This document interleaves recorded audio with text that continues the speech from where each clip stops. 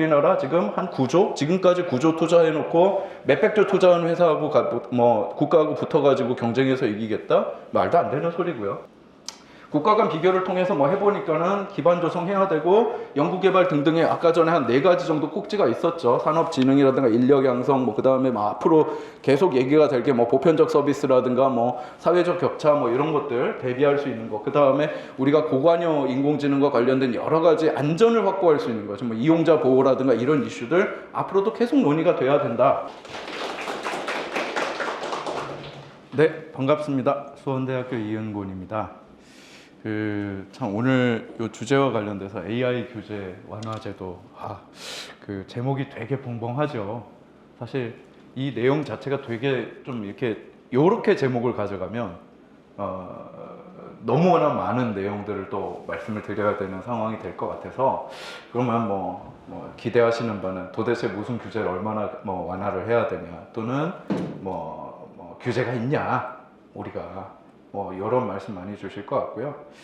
다만 이제 준비를 하면서 사실은 조금 우리가 이제 그냥 일반인들이 아니고 여기 계신 분들은 기본적으로 우리 아카데믹, 우리 펠로우거나 뭐 아니면 우리 후배님들이거나 뭐 이러기 때문에 어떤 내용을 할까, 좀 논문 얘기를 해야 될까 뭐 이렇게 생각을 하다가 제가 이제 우리 김범수 원장님께서 이렇게 책을 하나 딱 주셨어요. 오늘 아침에도. 봤더니 뭐 제가 하는 연구보다 더 열심히 우리 아주 리거러스한 연구들을 많이 하고 계시더라고요. 그래서 제 연구 얘기를 하면 참 낯간지러울 것 같다. 그래서 오늘 이제 자료는 조금 여러분들이 지금 현재 돌아가고 있는 인공지능과 관련된 우리 고민들, 그다음에 우리나라가 처해 있는 상황이라든가 뭐 어떤 경우에 국공이 될 수도 있고요. 어떤 경우에 굉장히 위기의식을 느껴야 될 때도 있고 또 그랬을 때 지금 현직에 있는 사람들이 어떤 고민을 하고 있고 또 이 고민들이 지금 조금씩이나마 어떤 결과물이 만들어지고 있고 뭐 이런 얘기. 그 다음에 마지막으로 제가 지금 최근에 진행하고 있는 연구들에 어떤 것들이 있다 뭐 이런 것들을 간단하게 소개를 드릴 예정입니다. 그래서 이게 이제 뭐 어떤 해답을 제시하기보다는 여러분들이 아마 각각이 지금 분들이 전부 다 자기 연구 주제가 있으실 거예요. 근데 그 연구 주제를 내가 이것 때문에 이 연구를 해야 되는구나 하는 뭔가 인스파이어링을 할 수 있는 계기가 됐으면 좋겠습니다. 그래서 아카데믹 연구는 사실 가능하면 배제를 했어요. 맨 마지막에 이제 어쩔 수 없이 제 연구 하나 메타 어널리시스 한 거를 살짝 그건 이제 기초 자료로 쓰일 수 있기 때문에 이제 보여드리고 그런 식으로 진행을 하겠습니다. 자, AI 규제. 앞서서 도대체 우리나라는 그럼 어떤 지금 상황에 놓여 있느냐. 여러분들도 잘 아시다시피 뭐 정부가 그런 얘기를 합니다. 뭐 우리나라가 앞으로 AI 3대 강국이 되겠다. 뭐 그 다음에 뭐 AI 분야에서는 뭐 지금은 6위지만 앞으로는 앞으로 굉장히 더 잘하겠다. 그러기 위해서 뭐 기반도 조성하고 인프라도 깔고 뭐 열심히 하겠다. 그런데 과연 그게 지금 6위, 3위 하니까 전 세계적으로 잘 나가는 것처럼 보이죠. 아닌 것 같습니다. 자, 일단 기본적으로 최근 들어서 잘 아시는 것처럼 우리 트왕상께서 갑자기 말 한마디 하면 관세가 25%가 됐다, 50%가 됐다 난리죠. 과거에는 이제 한 20년 정도 계속 자유무역, 그래서 국경 없는 자원의 이동이라든가 우리 이런 것들을 굉장히 강조를 했었는데 자세히 보시면 2025년입니다. 줄줄줄줄줄 지금 계속 보호무역으로 가고 있죠. 자국 이익을 가장 최우선시하는 그리고 그것들을 기술이라든가 자원 모두 무기화하는 그런 움직임이 벌어졌고요. 자, 우리나라 이런 외부의 위협, 그 다음에 중국. 제가 중국 자료를 웬만하면 다 뺐는데 그냥 브로드한 2차 자료는 놔뒀습니다.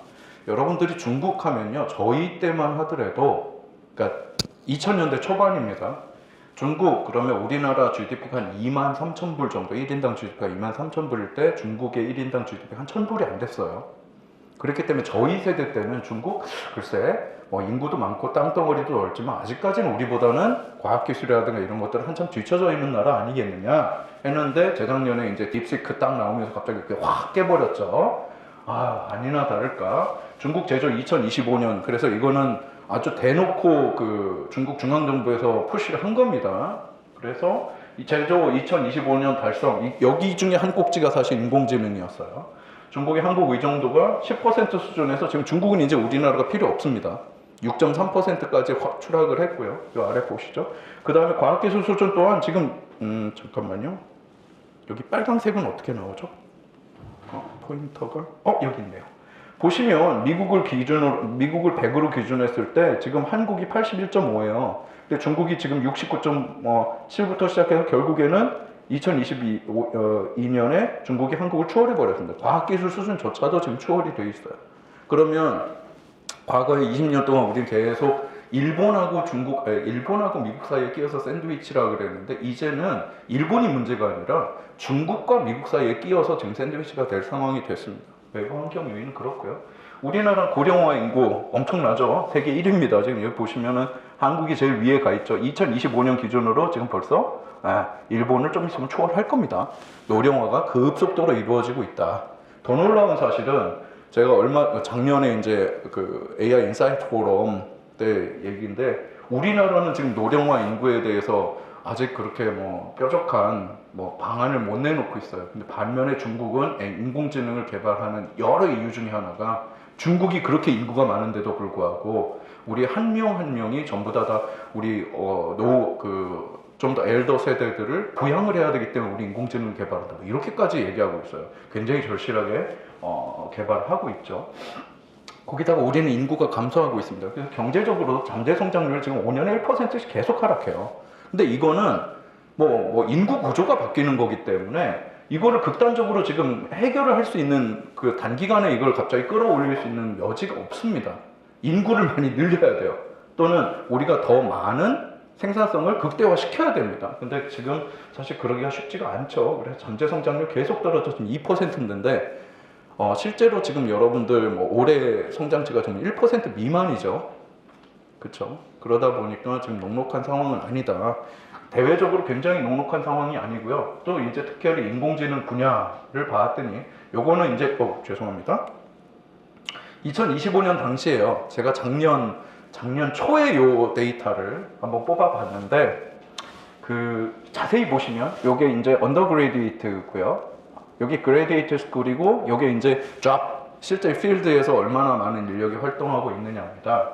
보시면 여기 사우스 코리아가 언더그레디에이트에서 있었어요. 있죠. 근데 잘 보시면 그 볼륨 조금만 줄여주시죠. 네. 앞에 울립니다. 네. 좀 괜찮은가요? 오케이. 언더그레디에이트는 있었는데 없어졌죠. 다 포함돼가지고 여기 포함되거나 쭉 해가지고 없어져 버렸습니다. 기반이 없어요. 그레듀에이트라든가 실제로 이 사람들이 일할 그런 기반이 없었습니다. 거의 미국보다도 지금은 사실은 기반은 중국이 주도를 할 수밖에 없죠. 중국의 고민은 자기네들 기반으로 갖고 가는 인구도 있지만 상당수가 지금 미국에서 잡아가지고 있는 걔네들은 그 고민을 하고 있는 건데 외시당초에 우리나라는 쉽게 말하면 열심히 학부에서 수업을 해서 유학을 보내면 안 돌아옵니다. 그 상황이 됐어요. 그렇기 때문에 우리나라가 안 돌아오는 게 못 돌아옵니다. 못 돌아오죠. 맞았어. 임금도 있고요. 애들 교육 문제도 있고요. 실제로 이제 저도 이제 후배들 또는 친한 교수님들 왜 안 들어오세요? 물어보면 아주 명확관화 해요. 너무 차이가 많이 난다. 대우라든가 우리 페이라든가 너무 차이가 많이 나요. 지금 이 상황입니다. 그리고 이게 과연 인력만 그럴까요? 아니요. 인프라라든가 우리 거의 대부분의 인프라, 플랫폼, 그 다음에 예를 들어 인더스트리, 그 다음에 인력 구조, 인력 양성, 거의 대부분의 지능 정책에 관련된 주제들이 딱 요 상황인 겁니다. 굉장히 답답하죠. 대외적으로도 힘들고 우리가 스스로 뭔가 기반을 만들어서 조성하는 것도 지금 힘든 상황입니다. 자, 요게 이제 인베스트먼트인데 딱 봐도 주도는 미국이 하고 있죠. 이게 한 120조 정도 될 겁니다. 근데 중국이 한 120, 이게 누적이니까요. 애그리게이트일 겁니다. 어디 있을 거예요. 하여튼 뭐 해서 미국이 거의 뭐 돈 쓴 만큼 고도화가 되어 있고요. 중국이 따라잡고 있고 한데 우리나라 지금 한 9조, 지금까지 9조 투자해놓고 몇백조 투자한 회사하고 뭐 국가하고 붙어가지고 경쟁해서 이기겠다? 말도 안 되는 소리고요. 거기다가 그러다 보니까 결국에는 뭐 자체 플랫폼도 없어요. 여기 하나 보시면 여기 살짝 보이시는데 우리 네이버 하나 딱 보이죠? 지금 거의 대부분의 플랫폼들이 미국 아니면 아시아 퍼시픽이라고 했지만 실제로 다 중국입니다. 그리고 이제 뭐 유럽 쪽에 약간 전통적인 강자, 뭐 셉 이런 데는 전통적인 강자니까 뭐 거의 미중이 그냥 주도하고 있다라고 보시면 되고요. 그래서 우리가 그냥 뭐 지금 보시면 한 6위 정도 된다. 정부가 열심히 홍보를 하고 있죠. 이걸 3위로 올리겠다. 뭐 열심히 하고 있는데 기술 격차가 지금 죄송합니다. 뭐 6위, 뭐 1위, 2위 뭐 이러니까 별로 뭐 어차피 뭐 조금만 열심히 하면 되지 않을까? 아닙니다. 투자 규모 자체가 차이가 나고 이 격차는 계속 더 벌어질 거기 때문에 추산컨대 이거는 이제 작년에 키스트에서 했던 거고요. 인공지능 미국 100을 놓고 봤을 때 기술 격차가 447년 정도 된다고 합니다. 이걸 그냥 뭐 지금까지 하던 관성대로 해서 따라잡겠다? 불가능이고요. 자, 그러면 우리는 희망이 없느냐? 그건 아닌 것 같아요. 좀 이따가 이제 또 보여드리겠지만 관심은 많습니다. 그래서 요거 이제 특별히 이제 인공지능과 관련된 규제 얘기를 하기 때문에 입법 절차에서 관련 우리가 AI 언급 횟수라든가 관련 법률 통과서 보면 물론 아웃라이어처럼 이제 완전히 뭐 앞서 나가고 있는 나라들하고는 좀 비교가 안 되죠. 하지만 그래도 뭐 중국 이런 중국은 여기 있습니다. 참고로 중국 이런 나라들보단 그래도 논의를 활발하게 하고 있고 제도화 노력을 하고 있다. 그래서 정부가 이제 작년에 뭐 AI 등 신산업 집중 육성 전략 해가지고 여러 가지 꼭지를 만들었죠. 그리고 이제 특별히 대학 교육에 있어서도 요거 이제 인력 양성과 관련된 부분이라서 여러분들께 좀 보여드리면 뭐 인프라 구축하겠다, 데이터 센터 만들겠다, 그 다음에 가버넌스 그러니까 뭐 우리 규제 제도 만들겠다, 인력 양성하겠다, 이러면 이제 진행 정책이 완성이 되는 거고요. 특별히 인프라 관련돼서 뭐 이게 작년 초입니다. 400장 확보했다 그런데 지금 뭐 몇만 장 확보했죠. 그렇죠? 그래서 열심히는 하고 있다. 그래서 뭐 단기로도 뭐 만장하겠다. 뭐 근데 이미 초과 달성했고요. 그 다음에 인프라 투자로 관련돼서도 연구개발 인력이라든가 우리가 해외에 있는 여러 가지 석학들 모셔가지고 우리가 인프라 투자 촉진하고 반도체 성장 지원하겠다 얘기했고요. 모델과 관련돼서 좀 이따 이제 다음 페이지에 보여드릴 텐데 우리가 굉장히 부족한 부분 중에 하나가 이게 다른 분야도 마찬가지입니다. 인공지능도 마찬가지예요. 알고리즘이라든가 모델 개발 관련돼서 거의 투자를 못하고 있습니다. 우리가 잘하고 있는 건 반도체고요. 못하고 있는 건 알고리즘이에요. 특히 못하고 있는 거는. 그래서 지금 혁신적인 AI 알고리즘 개발을 지원하겠다라고 해서 뭐 정예팀도 만들고 뭐 실제로 중국은 이거 잘하고 있거든요. 대학을 중심으로 잘하고 있는데 우리는 그걸 못하고 있어서 어떻게든 한번 해보겠다 했지만 이게 그렇게 한번 투자했다고 갑자기 이렇게 효과가 나는 그런 상황은 아니기 때문에 이게 부족하고요. 그 다음에 AI 전환 차라리 요거는 조금 더 관심을 가지고 있습니다. 제가 여러분들께 아마 우리 자료 뒤에 부분에 우리나라의 각각의 회사들, 그래서 컨피던셜 자료이기 때문에 이거는 이제 우리 조금 따로 말씀을 드릴 텐데 우리나라 기업들이 생각 외로 굉장히 적극적으로 여러분들 일반인들에 대한 관심들 이상으로 굉장히 열정적으로 우리 그 AX 모델을 가져가고 있다. 그래서 여러 가지 대동소이해요. 사실은 지금 여기 뭐 AI를 적용하겠다 분야들이 뭐 미국, 중국, 한국 다 비슷합니다. 그래서 결국에는 우리가 AI 기본법 전 세계 최초죠. EU 같은 경우에는 원래 작년에 발효를 하려고 했는데 사실은 뭐 준비할 수 있는 기간이 EU 내부적으로도 너무 부족했다. 그래서 기업들이 들고 났어요. 거기다가 자꾸 규제를 하는 거는 사실은 지능적인 측면에서 봤을 때는 바람직하지 않다. 그래서 업계에서 목소리를 높여가지고 지금 잠정적으로 연기가 됐습니다. 근데 언제까지 연기가 될지는 아무도 몰라요. 기본적으로 9개월 또는 그 이상 연기가 될 수도 있어서 올해 안에 시행은 불가능한데 우리나라는 그놈의 전 세계 최초 한번 해보겠다 해서 1월 22일자로 AI 또는 기본법이 시행이 됐습니다. 뭐 구체적인 사항들은 이렇게 되고요. 그 다음에 사실은 우리나라 이제 그 육성 전략 중에 우리가 벤치마킹을 했던 게 중국이거든요. 근데 중국 같은 경우에는 이제 가장 중심이 북경에 있는 이제 둥관촌, 거기에서 이제 거의 거기는 이제 백화점식이죠. 그 다음에 상하이에서 이제 금융 또 AI, 그 다음에 항저우에서 여러분들 그 화교 네트워크라든가 물류라든가 제조라든가 심천이 옆에 붙어 있기 때문에 그래가지고 그쪽으로 좀 특화를 했고요. 그 다음에 허페이에다가 여러분들 굉장히 큰 양자 컴퓨팅 연구소를 거기 연구 집중단지로 만들었거든요. 그래서 우리나라도 걔네들도 그렇게 또 뭐 동수서산 그래가지고 조금 지방 지역 경제 활성화 뭐 이런 측면에도 관심을 가지고 있기 때문에 우리나라도 거의 비슷하게 접근을 하고 있습니다. 그래서 서울이라든가 수원, 판교, 기흥 이런 수도권에서는 뭐 이제 기존에 있던 여러 가지 회사들 그냥 백화점식으로 우리 뭐 이렇게 주도를 하고 있고요. 그다음에 광주 이런 데는 기반 연구소라든가 인력 양성이라든가 이런 쪽으로 좀 더 집중을 하고 있고, 그다음에 대구 같은 경우에 사실은 예전에는 우리 섬유 사업이라든가 이런 우리 그 경공업에 굉장히 메카였죠. 근데 지금 그 활력이 떨어져서 이쪽은 의료라든가 이쪽으로 해서 좀 특화를 하려고 하고, 그다음 최근에 이제 울산에 데이터 센터 들어갔죠. 그러면서 부울경 쪽에서 제조 우리 AI, 피지컬 AI 쪽으로 해서 좀 특화를 하려고 하고 있고요. 자, 그럼 AI가 도입되면 어떻게 될 거냐? 안 재봤죠. 안 재봤으나 예측은 할 수 있지 않습니까? 그래서 맥킨지 같은 경우에 우리가 아까 전에 2%대였죠. 그리고 실제로는 지금 0.7%입니다. 잠재 성장률이 거기까지 떨어졌어요. 그리고 이거는 극단적으로 바꿀 수 있는 상황이 아니에요. 이건 뭐 방법이 없잖아요. 애를 많이 낳아야 되는 상황인데, 그러면은 AI를 도입하면 좀 이게 나아질 거냐? 나아진답니다. 기본적으로 AI의 그 총 요소 생산성 상승 효과가 죄송합니다.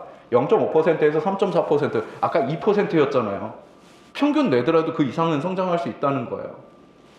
뭐 골드만삭스 같은 경우에도 한 1.5% 정도는 더 추가로 상승을 할 거다라고 되어 있고요. 뭐 과기정통부에서 1.8%, 대략적으로 한 2% 생각하면 됩니다. 우리가 AI를 적극적으로 활용했을 경우에. 산업 분야별로 조금 이제 차이는 있는데요. 잘 보시면 우리가 단순 제조라든가 또는 뭐 육체적인 피지컬한 그런 부분들보다 하이테크라든가 뭐 금융이라든가 뭐 이런 분야에 있어서 이 파급효과가 굉장히 크게 나타나고 있어요. 그리고 우리나라는 아무래도 국가 규모라든가 또는 뭐 이런 우리나라의 강점을 생각했을 때는 이런 조금 더 뭐 이렇게 고부가 가치의 그런 산업들 위주로 해가지고 지금 여기 텔레커뮤니케이션, 헬스케어, 에듀케이션, 뭐 파머시 뭐 이런 것들 이런 것들 위주로 해서 계속 비즈니스 모델을 만들어야 되지 않느냐. 그래서 첫 번째 우리가 처해 있는 상황에서 양강 체제에서 우리나라 어떻게 해야 되느냐. 결국에는 중국식 모델도 있어요. 국가가 푸시해가지고 끌고 나가는 방식도 있고요. 미국 같은 경우에는 빅테크 기업들이 자발적으로 민간 투자를 통해서 지금 여기까지 끌고 왔는데 둘 다 장단점이 있습니다. 그러면 우리는 장점만 취해야 되겠죠. 그래서 국민적인 관심, 우리나라 사람들 이거는 뭐 국민성이에요. 계속 새로 고침 누르고 있잖아요. 빨리빨리 문화. 그래서 이런 굉장히 혁신을 좋아하고 누구나 다 그냥 당연하게도 왜 인공지능 안 해? 이러고 있죠. 이런 것들도 사실 쉽지 않거든요. 컨센서스 만드는 것도. 그래서 그런 것들을 적극적으로 도입하고 기업들도 거기에 기반해서 그걸 믿고 투자를 하는 겁니다. 왜냐하면 수요자들이 그렇게 원하기 때문에 투자를 할 수 있는 거고요.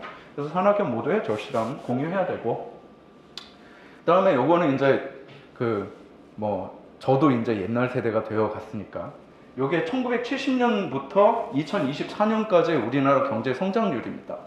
지금 보시면 지금 중국이 연간 성장률 한 5%대까지 됐어요. 우리나라가 2024년 공식적으로는 2.0%입니다.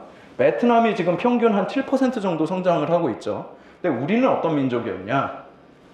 여기 보시면 70년대부터 여기 이제 처음 통계청에서 70년부터 있더라고요. 예전 자료는 제가 50 몇 년부터 있는데 70년대부터 97년까지의 평균 성장이 9.3%예요. 참고로 이때 첫 번째 오일 쇼크 있었을 때고요. 이때가 IMF 때입니다. 이때 마이너스 5.몇% 이랬으니까 다일루트가 됐는데도 불구하고 한 10% 정도 되죠.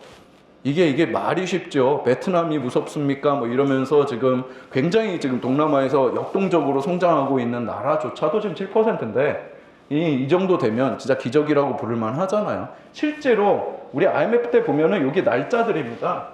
재벌들이 그 당시에 진짜로 여러분들은 모르시겠지만 하루 지나서 하루 건너서 9시 뉴스에 재벌들이 오늘은 재계설 몇 위짜리 그룹이 망했습니다 이랬었어요. 이런 게 주르륵 있죠. 재개설 다 이게 그룹들입니다. 몇천 개가 날라갔어요. 그랬는데도 불구하고 우리가 역경을 헤쳐나갔다. 두 번째, 아까 전에 보여드린 2025년 1월 달에는 한국이 여기 언더그레이드만 있죠. 근데 작년에 우리 이제 정부가 바뀌고 나서 우리 R&D 투자도 많이 하고 그다음에 뭐 대학원도 만들고 그래서 요게 이제 제가 9월 달에 쟀던 거거든요. 자세히 보시면 언더그레이드 좀 늘었죠. 요 때보단 늘었잖아요. 요때 조그만데 여긴 좀 늘었잖아요. 똑같은 스케일인데. 그리고 잘 보시면 사우스코리아 있죠. 그레이데이트 스쿨에도 있고 기업들도 이제 투자를 하기 시작했습니다. 이제는 우리 생태계 구조가 만들어지기 시작한 거예요. 선순환 구조가 만들어지기 시작해서 요 지금 상황을 잘 살려야 되겠다. 그 다음에 요건 이제 아까 2월 달에 한 달 전에 마이크로소프트가 이제 AI 디퓨전 해가지고 자기네들이 이제 발표한 건데 다른 나라들은 다 비슷합니다. 순위가 변동이 없어요.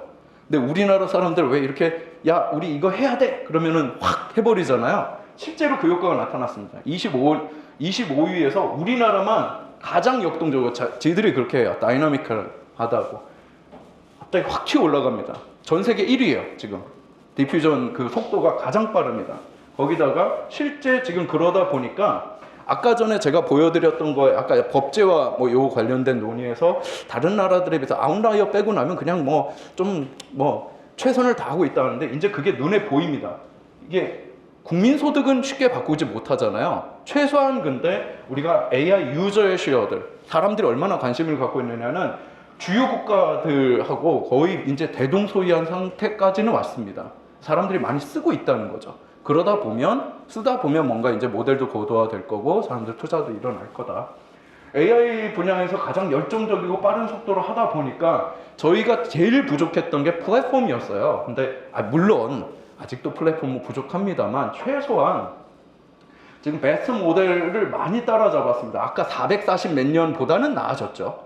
그래서 뭐 예를 들어 사우스코리아 엑소원 같은 경우에 지금 혁신지수 한 5.9개 한 6개월 정도 지금 이제 조금 격차가 많이 줄었어요. 그러면 자 1년 전까지만 해도 이 정도까지 될 수 있다는 거 뭐 거의 가망이 없었죠. 몇백 년의 차이가 있다 했었는데 하면 됩니다. 자 그러면 영역별로 한번 살펴볼게요. 특히나 이제 법제화 쪽에서 capability 자 이게 파란색이 미국이고요. 미국을 100으로 놓고 봤을 때 일견 어떤 분야는 중국이 더 잘하는 분야도 있습니다. 왜냐하면 모델 자체가 다르기 때문에 국가주도형 모델하고 민간 사업자 위주의 모델하고 좀 다르기 때문에 잘하는 것도 있는데 대부분은 미국이 제일 앞서가고 있고 중국이 조금 부족하고요. 요 가만 중간에 보면 우리나라도 약간 있어요. 근데 약간 중국보다 잘하는 게 이게 대부분은 반도체나 세미컨덕터입니다. 그래서 요는 우리는 반도체는 잘 만들어요. 근데 다른 분야, 뭐 예를 들어 아까 뭐 모델 개발 이런 것들은 아주 취약하죠. 거의 없죠. 거의 0에 수렴하고 있죠. 그래서 아직도 갈 길은 멀다. 자, 그럼 법제와 관련돼서 이게 이제 주요국 대비 주요국을 100으로 놓고 봤을 때 우리나라의 상대적인 경쟁력입니다. 30이 안 돼요. 지금 30이 안 되고요. 우리나라 요만합니다. 아직도 갈 길이 되게 멀죠. 자, 각각의 지금 이제 AI 기본법에 어떤 내용들이 논의가 되고 있는지 보니까 인프라 투자와 관련된 게 한 9건 정도 돼요. 그리고 구체적인 내용들은 이렇게 막 쭉 있는데 여러분들 뭐 시간 관계상 나중에 이제 궁금하시면 찾아보시면 되고요. 데이터 센터 어떻게 할 거냐 뭐 그래서 지금 보시면 국회의원들 다 다르죠. 그렇죠? 굉장히 관심을 많이 가지고 있고 역동적으로 입법 활동을 하고 있다. 그래서 데이터 자체의 우리 리파이닝, 그 다음에 데이터 센터 설립과 관련된 얘기들, 운영과 관련된 특별법, 그 다음에 AI 거버넌스 체계, 누가 규제 권한을 가져갈지, 뭐 이런 얘기와 관련돼서도 여러 가지 얘기 한 2건 정도 나오고 있고요. 그 다음에 산업진흥과 관련돼서 우리가 공정경쟁이라든가 이런 것들도 어떻게 가져갈지, 뭐 이런 얘기, 육성에 관한 특별법 해가지고 한 6개 정도 안, 그 다음에 산업진흥과 더불어서 우리가 또 생각해야 되는 게 기반, 인적인 기반 조성도 필요하죠. 그래서 인력 양성과 관련돼서 한 3건 정도. 그 다음 우리가 항상 그렇지만 정보통신 서비스는 디지털 디바이드를 만들면 안 됩니다. 누구나 쓸 수 있어야 되고 누구나 접근할 수 있어야 돼요. 그래서 그런 사회적 포용과 관련된 얘기들, 접근성과 관련된 얘기들도 지금 고민이 되고 있다. 그리고 거기에 맞춰서 우리가 만든 게 그 AI 안전연구원이고 지금 이제 AI 기본법이 통과가 됐기 때문에 AI 안전연구원뿐만이 아니고 이제 AI RI 그래서 AI 연구소도 만들 수 있게 되었죠. 그런 법적인 근거가 이미 만들어졌습니다. 1월 22일자로. 그래서 기존에 있던 것만 한번 보면 미국 같은 경우에 사실은 이게 뭐 이렇게 뭐 구구절절하게 써놨는데요. 요점은 그렇습니다. 미국은 자기네들이 다 일일이 규제하려고 하지 않아요. 대신 문제가 생기면 징벌적 손해배상이라든가 그땐 책임도 엄하게 묻겠다. 그래서 사실상 오픈 규제로 가져갔습니다. 영국 같은 경우에, 영국이라든가 EU 같은 경우에는 규제 체계를 마련은 해놨어요. 근데 뭐 특징이 이렇게 열거주의로 만들다 보니까 아주 좀 구체적인 얘기들 앞으로 논의할 게 되게 많아요. 그래서 결국에 시행이 늦춰진 겁니다. 모든 것들을 다 규제할 수가 없었기 때문에. 그래서 좀 더 우리가 고민해보자였고요. 일본 같은 경우에는 조금 두리뭉실해요. 눈치 보고 있는 것 같아요. 그래서 기본적으로 미국식 제도를 쫓아갈 겁니다. 그렇지만 여전히 뭐 여러 가지 우리 윤리 규정이라든가 이런 거 만들어 놨고요. 국가 간 비교를 통해서 뭐 해보니까는 기반 조성해야 되고 연구개발 등등의 아까 전에 한 4가지 정도 꼭지가 있었죠. 산업진흥이라든가 인력 양성, 뭐 그 다음에 뭐 앞으로 계속 얘기가 될 게 뭐 보편적 서비스라든가 뭐 사회적 격차 뭐 이런 것들 대비할 수 있는 거. 그 다음에 우리가 고관여 인공지능과 관련된 여러 가지 안전을 확보할 수 있는 거죠. 뭐 이용자 보호라든가 이런 이슈들 앞으로도 계속 논의가 돼야 된다. 입법 추이를 보니까 그렇게 됐고요. 그 다음에 이제 AI 윤리 원칙과 관련돼서, 자, 이제 10분 이내에 끝내겠습니다. 자, AI 윤리 원칙과 관련돼서 제가 이제 5분 이내로요. 알겠습니다.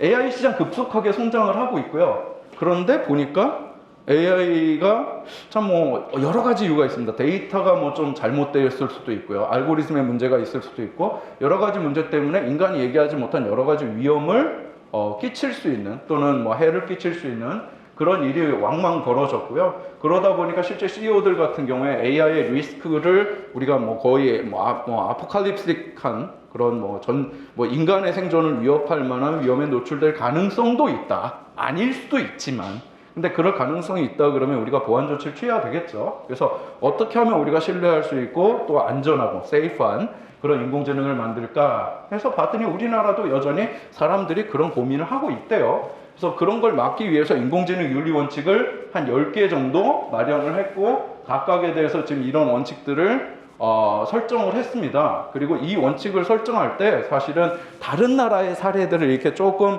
참조를 해가지고 만들었어요. 근데 문제가 뭐가 됐느냐, 이게 이제 사실은 어느 나라든 2000년대 초반에 이 작업을 했습니다. 미국도 그렇고 영국도 그렇고 뭐 다른 나라들 다 그렇게 했어요. 그러다 보니까 다들 자기 나름대로의 비율을 가지고 윤리 원칙을 만든 거예요. 그리고 이게 이제 주요국들만 이렇게 만들었습니다. 미국, 뭐 일본, 그 다음에 영국, 우리나라 뭐 등등등 해서 몇 개 안 만들었어요. 중국도 2022년쯤 만듭니다. 그러다 보니까 이게 다른 나라들이 윤리 원칙 만들 때 참조할 수 있는 모델이 없어요. 그래서 합집합이라든가 교집합 같은 경우에 반드시 들어가야 될 뭔가 필요 조건이 될 것 같고, 합집합 같은 경우에는 뭐 참조할 수 있는 뭔가 모델이겠죠. 그래서 그런 것들을 제시할 수 있는 통합된 모델이 없었다. 그 다음에 윤리 원칙들이 그냥 나열형으로 되어 있습니다. 그러다 보니까 어떤 윤리 원칙이 조금 더 우선적으로 고려해야 되는지 이런 거에 대해서 설명하는 뭐 연구 자체가 없었어요. 그 다음에 만들어지지 5년이 지났잖아요. 10년이면 강산도 변한다는데 업데이트가 안 됐어요. 그래서 업데이트가 될 필요가 있겠다. 그 다음에 우리가 윤리 원칙을 실제로 기업들 입장에서는 도입을 해야 됩니다. 가이드라인을 통해서 도입을 해야 되는데, 그랬을 때 만약에 상충되는 경우라든가 이런 거 해결할 때 뭔가 전략적인 시사점이 있을 텐데 거기에 대한 고려가 없었다. 우리나라 보니까 제도화가 한국도 그렇고 EU도 그렇고 다들 2000년대죠. 지금 자세히 보시면 2000년대쯤에 이 일이 벌어졌고 다들 인공지능 윤리 원칙을 만들었더라. 그리고 이걸 이제 합치려고 봤더니 첫 번째 연구의 흐름이 보니까 비슷한 개념들을 다 묶었어요. 묶어가지고 뭐 가장 레퍼런스가 많은 것들 위주로 트랜스페어런스부터 쫙 하는 게 이제 저빈의 연구. 그래서 얘들을 한 10개 정도, 11개 정도로 이제 윤리 원칙을 통합을 했고요. 그 다음에 또 한 가지 좀 아웃스탠딩한 연구가 이제 한게드로프 뭐 해가지고 얘네들은 이제 있던 것들 다 모아본 겁니다. 그래서 한 22개 정도 이제 리뷰를 했고요. 그 다음에 이제 막상 이걸 실행하려다 보니까 10개 또는 22개 너무 많다는 거예요. 22개 원칙에서 다시 이제 구체화시켜서 세부 원칙하면 우리나라 같은 경우에도 10개인데 실제 시행 단계에서 가이드라인은 지금 100개 가까이 되거든요. 원칙이 너무 많아서 이게 적용이 안 돼요. 그래서 우리 이 양반 플로어디안 카울스 같은 게 5개로 딱 줄여버립니다. 그래서 여기 4개 하고 그 다음에 신규 원칙 explicability 뭐 요거까지 해서 5개. 그래도 많아요, 사실은. 뭐 이렇게 됐어요. 이런 식으로 자기가 필요한 만큼 예를 들어 겹치는 부분도 있고 또 합집합도 있고 야 그러면은 우리도 한번 만들어 볼 수 있죠. 그래서 저는 이제 저빈이 썼던 플리즈마 그래서 메타 어나리시스 그 방법론을 그대로 도입을 해서 연구자 5명이 매핑을 한 겁니다. 그래서 각각의 이제 디테일한 코드들은 여기 있고요. 그 다음에 각각의 연구들 해가지고 매핑을 해봤더니 이런 식으로 이제 한 17개 정도 되는 원칙이면은 충분하게 이제 합집합이고요. 그 다음에 많이 언급된 원칙일수록 이제 교집합에 가까워지겠죠. 그래서 그 결과가 이렇게 되고, 그 다음에 요 원칙들 중에도 보면 아까 이제 priority가 있을 것 같다. 그러면 제가 이제 2가지로 봤거든요. 이제 인용이 많이 된 애들 있을 수 있고요. 그 다음에 많은 연구들에서 이제 언급된 우리가 마치 LDA 하듯이 그렇죠. 뭐 그런 것처럼 이제 오더하고 여기 이건 오더입니다. 그 우선순위가 어떻게 되느냐. 뭐 이래서 봤더니 한 여러 가지 이제 오더가 있는데 보니까 뭐 중복되는 부분도 있고 새로 좀 추가가 돼서 강조될 부분도 있고 뭐 이렇고요. 2가지 또 나눠본 게 2016년에서 25년 요거 말고요. 2016년에서 2019년 처음 우리가 윤리원칙 만들어질 때 적용했던 그런 우선순위하고요. 그 다음에 5년 이후에 지금 강조되고 언급이 많이 일어나고 있는 게 조금 다르게 나타나요. 뭐 예를 들어 sustainability라든가 inclusiveness라든가 뭐 또는 우리 stability라든가 뭐 이런 것들은 2025년 이후에 뭐 조금 더 이제 강조가 되고 있고 막 이런 추세가 벌어지고 있습니다. 그래서 그런 것들은 다시 우리가 지금 10개 우리 한국의 인공지능 윤리 원칙에서는 얘네들이 빠져 있거든요. 근데 얘네들은 다시 집어넣는 게 좋겠다. 그래서 원래 학술적인 검토를 통해서 만들어진 윤리 원칙은 여기 아래 보시면 15개인데 그 중에 5개는 의미가 중복된다 그래서 빠졌고 뭐 그 다음에 기술적으로 지금 실현이 불가능해서 많이 빠졌는데 아까 전에 보여드렸던 우선순위라든가 이런 걸 고려했을 때는 일부는 다시 첨가가 돼야 되고 또는 일부는 오히려 강조가 돼야 되고 뭐 이런 것들. 그 다음에 각각의 중요도 성과 분석을 해봤더니 중요도는 높게 나타나는데 평균적으로 지금 사실은 좀 많이 부족해요. 준비 상황 자체가. 아무래도 우리 1월 22일부터 실행을 했기 때문에 아무래도 준비 단계는 조금 부족한데 전체적으로 그렇게 되고요. 더구나 이제 잘 보시면 요 아래쪽에 있는 것들이 뭐 프라이버시라든가 우리 해악 금지라든가 뭐 이런 주로 보안과 관련된 얘기들입니다. 시스템 개발 및 보안과 관련된 건이고요. 위쪽에 있는 것들이 대부분은 이제 사회적 상호작용과 관련된 윤리 원칙들이거든요. 그러다 보면 우리가 기반 조성에도 조금 더 관심을 앞으로 더 가져야 되지 않을까 이렇게 얘기가 되고 있고요. 그 다음에 뭐 중요도 성과 분석 결과가 그렇게 됐고 결론은 이제 성공적으로 이렇게 17개의 윤리 원칙 추출했고요. 그다음 언급된 순위를 기준으로 해서 이제 원칙 간의 이제 프라이어리티 계산해냈고 그 다음에 기존에 이제 최근 흐름을 반영을 해서 한 4개 정도 더 추가를 해서 14개로 늘리면 좋겠다 뭐 이런 결론에 도달을 했고 그 다음에 요것들은 지금 제가 진행하고 있는 건데 지금 보시면 이 윤리 원칙을 만든 게 하이 레벨 익스퍼트 그룹이라고 해서 전문가 집단이에요. 그러다 보니까 전문가들이 자기 요 시각 그것만 가지고 만들어서 윤리 원칙을 실제 실행할 때는 완전히 이게 뭐 실행이 거의 불가능한 상황입니다. 그러다 보니까 이제 우리가 그 시민 참여 입법이라는 방법도 있거든요. 이런 것들을 결부시킨 걸 우리가 다차원 그 규제 체계라고 하는데 어떻게 하면 시민 참여 입법하고 전문가 위주의 입법을 조화를 시킬까와 관련돼서 이제 연구 진행한 게 지금 요거고